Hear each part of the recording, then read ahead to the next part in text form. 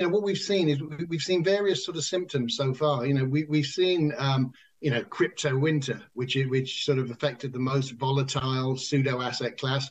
We've seen a banking crisis. I think the good thing about being as long in the tooth as I am is that you and I remember 2007, 2008.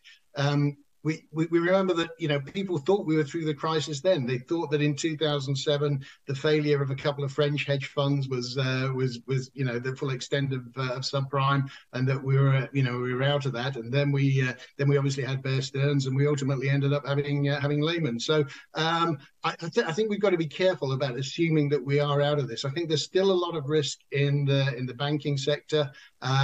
So that could well be one major trigger for this. I think just the general indebtedness. We've got worries about commercial property. We've got worries about residential property, primarily in the West, in the States, in the UK, in Europe. So there are so many weaknesses that are directly resulting from monetary policy of the last year or so, that any of those could actually be the kind of fissure that ends up fracturing. So, morning, Paul. Are we going to actually fracture? And if so, is it going to be one of your outrageous calls of like a 20% to the downside? Because there's an awful lot of people out there with so much egg on the face, I can't see it. So many of them big houses have called us down to 3,000, 3,300 on the S&P. And now I've noticed a tweaking of their rhetoric. Well, we're not necessarily going to have a recession. Hence, we don't necessarily have to go down. What about you?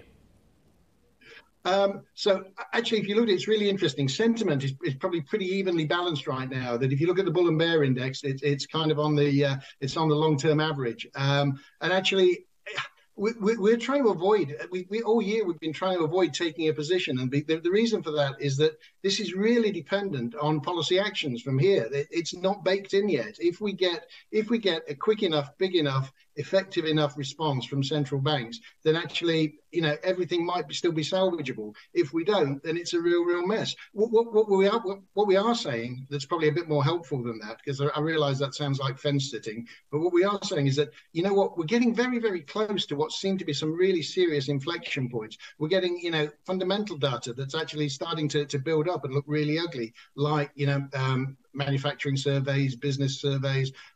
We're getting jobs data that's actually starting to paint a different picture of the jobs market. But if we look at equities, if we look at asset markets, if we look at bonds, even if we look at the FX markets, they're actually there's a real risk that we're getting a convergence very, very soon between long-term support, long-term resistance. We're getting a kind of closing wedge where it feels like, certainly in this quarter, something big is going to happen one way or another. And how central banks respond to that and how that works is really going to determine whether we get a move to the upside or the downside. But in terms of an outrageous call, I think it's going to be a really big move. Whichever way it is, it's going to be a very, very big move. And I think, for risk assets, it's particularly hard to call. The safest place to be right now is probably, long-term treasuries. But if you do that, you've got to have an appetite for the volatility, because everything is going to be volatile until we get through that kind of resolution.